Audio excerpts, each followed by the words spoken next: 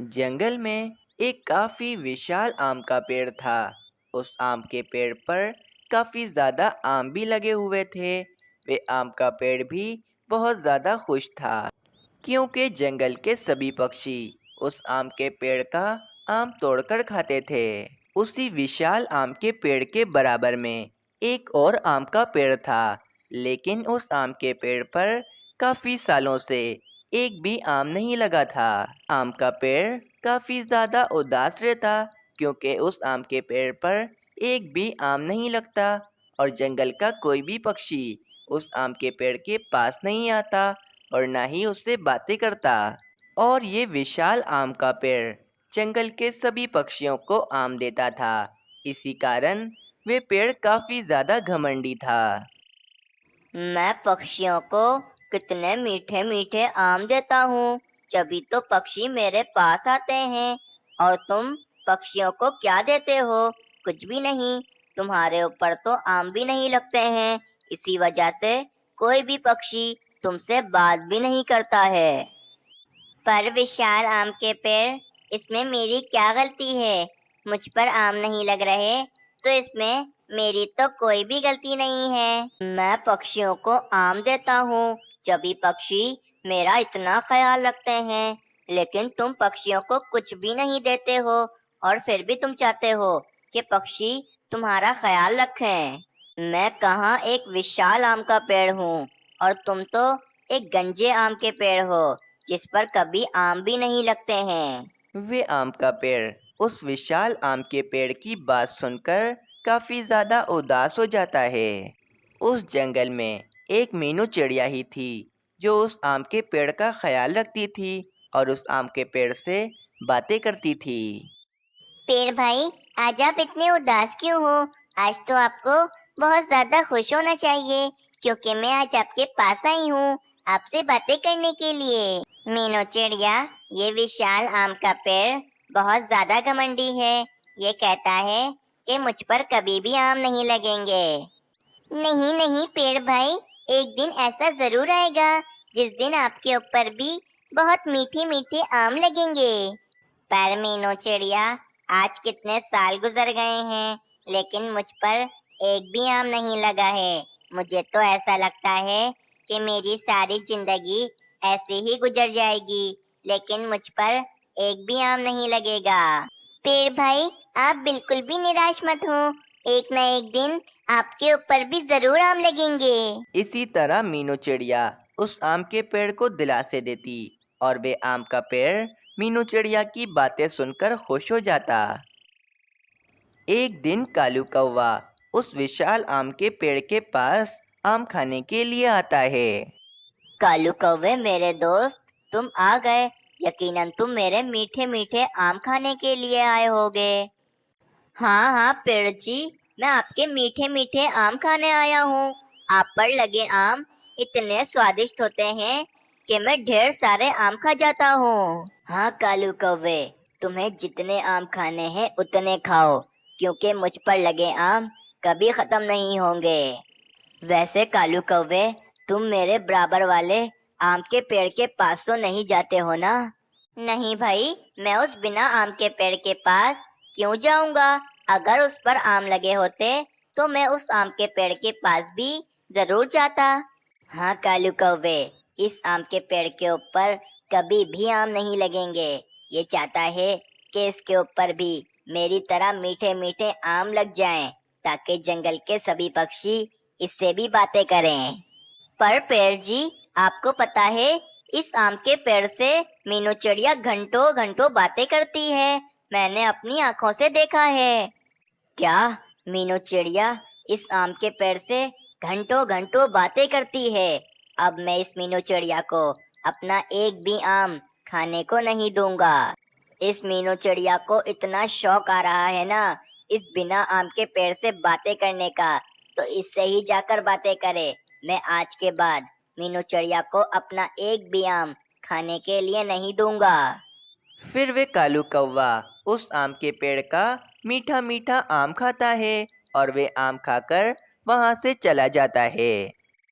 अगले दिन मीनू चिड़िया उस विशाल आम के पेड़ के पास आम खाने के लिए आती है। मीनू चिड़िया, चली जाओ यहाँ से। आज के बाद मैं तुम्हें अपना एक भी आम खाने के लिए नहीं दूंगा। तुम आम मेरा खाती हो और जाकर बातें तुम उस बिना आम के पेड़ से करती हो।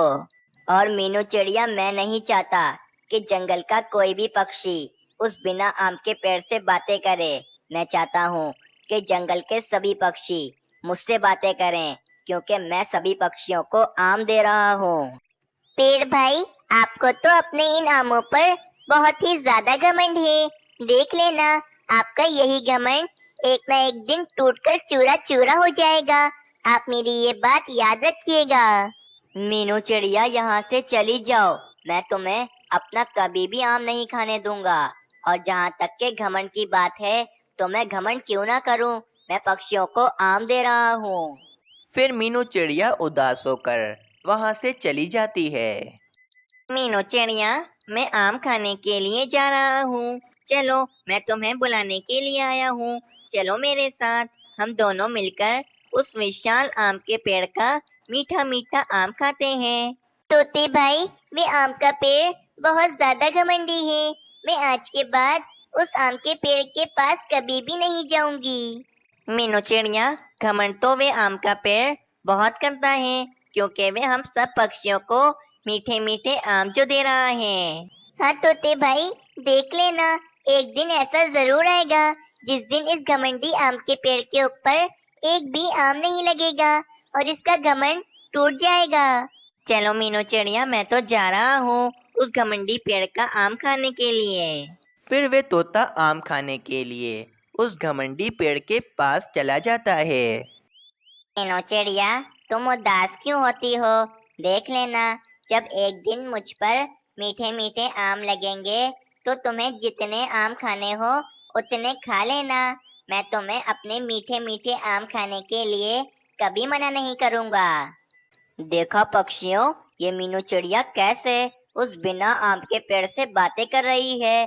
मैंने जभी तो इस मीनू चिड़िया को मना कर दिया है कि आज के बाद मीनू चिड़िया मेरा कभी भी आम नहीं खाएगी। अगर इस मीनू चिड़िया को उस आम के पेड़ से बातें करनी है तो करे, लेकिन ये मेरा आम नहीं खाएगी। जंगल के सभी पक्षी ये जानते थे कि ये विशाल आम का पेड़ बहुत ही ज़्यादा घमंडी है, लेकिन जंगल का कोई भी पक्षी उस आम के पेड़ से कुछ भी नहीं कहता, क्योंकि ये आम का पेड़ पक्षियों को मीठे मीठे आम जो दे रहा था। कुछ दिन गुजर जाते हैं। अब उस विशाल आम के पेड़ का घमंड बहुत ज़्यादा बढ़ जाता है। वे अब बहुत ही ज़्यादा घमंडी हो गया था। इसीलिए एक जादुई परी उस विशाल आम के पेड़ का घमंड तोड़ने के लिए आ जाती है। ये विशाल आम का पेड़ तो बहुत ज्यादा घमंडी हो गया है। इसको तो मुझे सबक सिखाना ही होगा। और इसी के बराबर में ये बेचारा आम का पेड़ कितना ज्यादा उदास रहता है, क्योंकि इसके ऊपर कभी आम नहीं लगते हैं। फिर वे जादुई परी जादू करती है और उस विशाल आम के पेड़ के ऊपर से सारे आम गायब कर देती है। और वे परी अपने जादू से उस बिना आम के पेड़ के ऊपर काफी सारे आम लगा देती है। अब इस घमंडी आम के पेड़ का घमंड टूट जाएगा जब कोई भी पक्षी इससे बातें नहीं करेगा। इतना कहकर वे जादुई परी वहां से गायब हो जाती है। अगले दिन वे घमंडी आम का पेड़ का घमंड टूट जाता है, क्योंकि उसको पता चल गया था कि उसके ऊपर अब एक भी आम नहीं लगा हुआ है। पेड़ भाई, तुम्हें अपने आमों का बहुत ज्यादा घमंड था। देख लो, आज तुम्हारे सारे आम खत्म हो गए हैं। आज के बाद कोई भी पक्षी तुमसे बात भी नहीं करेगा। दूसरी तरफ दूसरे आम के पेड़ के पास काफी सारे पक्षी जमा हो जाते हैं, क्योंकि उस आम के पेड़ के ऊपर इतने सारे आम जो लगे हुए थे। वे आम का पेड़ भी काफी ज्यादा खुश होता है। मीनू चिड़िया भी बहुत ज्यादा खुश होती है। पेड़ भाई, मैंने नहीं कहा था कि एक दिन आपके ऊपर जरूर आम लगेंगे। देख लें, आज आपके ऊपर कितने सारे आम लग गए हैं। मीनू चिड़िया, तुमने एकदम सच कहा था। मैं तो बिला वजह निराश हो रहा था। आज से मैं हमेशा खुश रहूंगा। हाँ पेड़ भाई, लेकिन आप कभी भी उस विशाल आम के पेड़ की तरह घमंड मत कीजिएगा। देख लें, आज वे आम का पेड़ अकेला है, कोई भी पक्षी उसके पास नहीं है।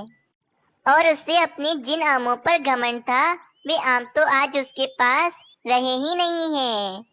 नहीं मीनू चिड़िया, मैं कभी घमंड नहीं करूंगा।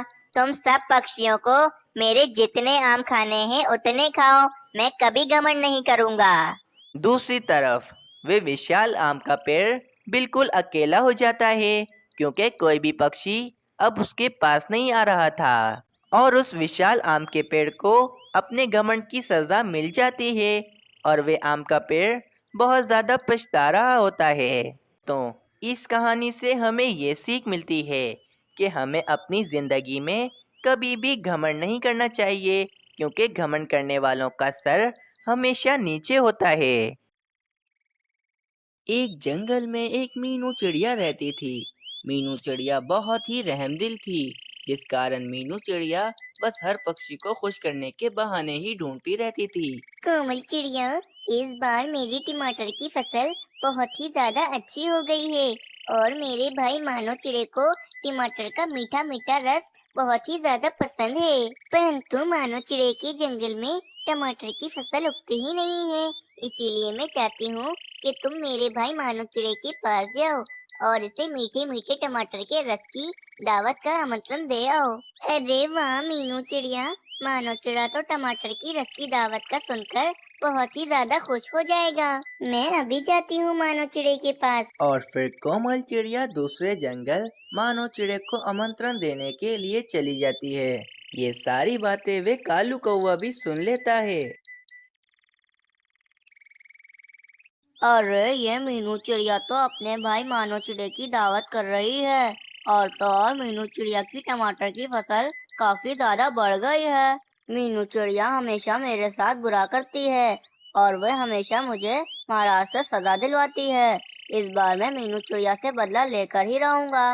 मैं मीनू चिड़िया को इसके भाई मानो चिड़े की मीठे मीठे टमाटर की रस की दावत नहीं करने दूंगा। और फिर कालू कौवा फौरन मीनू चिड़िया से बदला लेने के लिए पहाड़ों की तरफ बादलों के पास चला जाता है।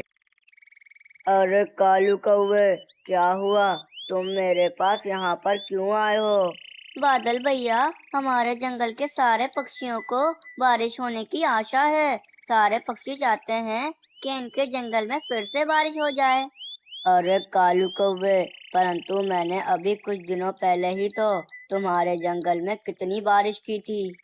अरे नहीं नहीं बादल भैया, मीनू चिड़िया ने अपने भाई मानो चिड़े की टमाटर की रस की दावत रखी है, परंतु मीनू चिड़िया के टमाटर अभी लाल और हरे भरे नहीं हैं।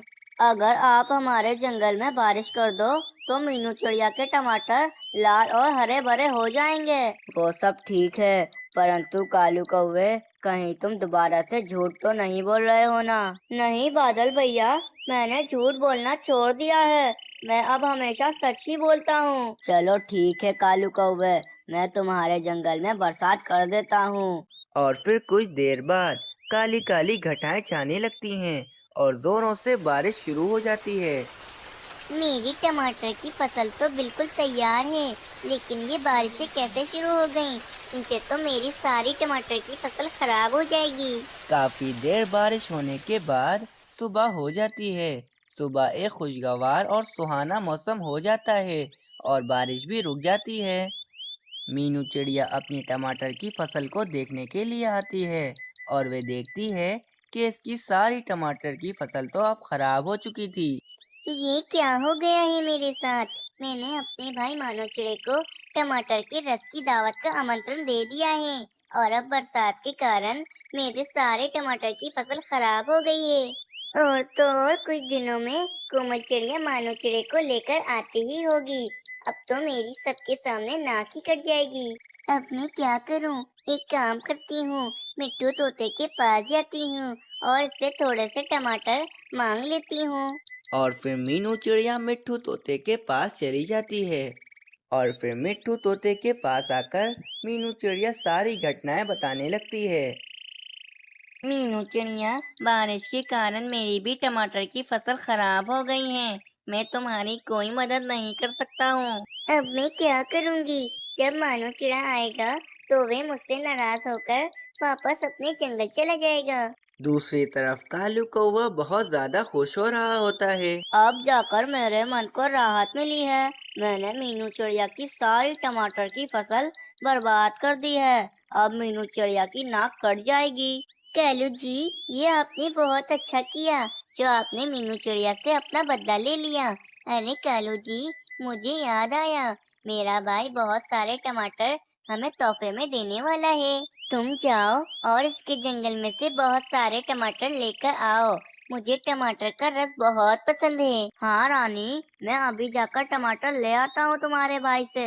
परंतु इतने सारे टमाटर हम अपने इस घोंसले में नहीं रख सकते हैं, इसीलिए वे टमाटर हम अंधेरी गुफा में रख देंगे। अंधेरी गुफा में कोई भी पक्षी हमारे टमाटर नहीं चुरा सकेगा।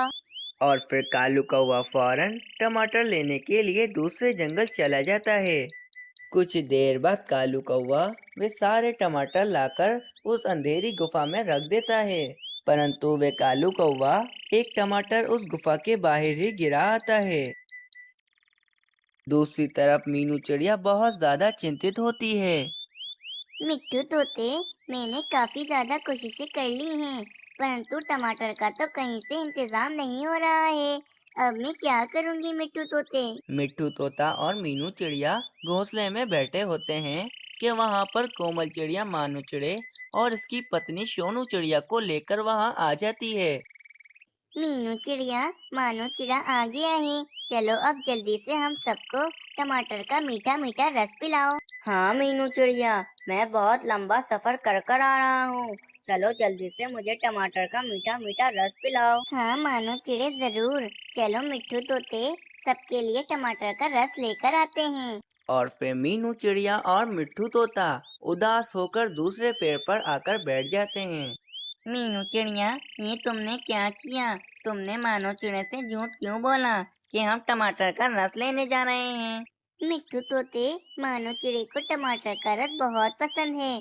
अगर आज मैंने इसे टमाटर का रस नहीं पिलाया तो इसका दिल टूट जाएगा और वह मुझसे नाराज हो जाएगा। अरे मीनू चिड़िया, मुझे याद आया, जंगलों से दूर पहाड़ों की तरफ मेरी मौसी रहती हैं। इनका एक बहुत बड़ा टमाटर का बाग है। मैं इनसे टमाटर मांग कर आता हूँ। क्या पता मेरी मौसी मुझे टमाटर दे दें। हाँ मिट्टू तोते, तो फिर जल्दी जाओ टमाटर लेने। मैं भी कुछ न कुछ कोशिश करती हूँ। और फिर मिट्ठू तोता और मीनू चिड़िया टमाटर ढूंढने के लिए निकल जाते हैं। मीनू चिड़िया काफी देर तक जगह जगह मारी फिर रही होती है, परंतु इसे टमाटर कहीं पर भी नहीं मिलता। और फिर मीनू चिड़िया अंधेरी गुफा की तरफ से गुजर रही होती है कि मीनू चिड़िया को गुफा के बाहर एक टमाटर पड़ा हुआ दिखता है। इस गुफा में तो कोई भी पक्षी नहीं जाता। फिर इस गुफा के बाहर ये टमाटर कहाँ से आ गया? गुफा के बाहर एक टमाटर पड़ा हुआ है, तो शायद इस गुफा के अंदर बहुत सारे टमाटर हों। और फिर मीनू चिड़िया उस गुफा के अंदर आती है।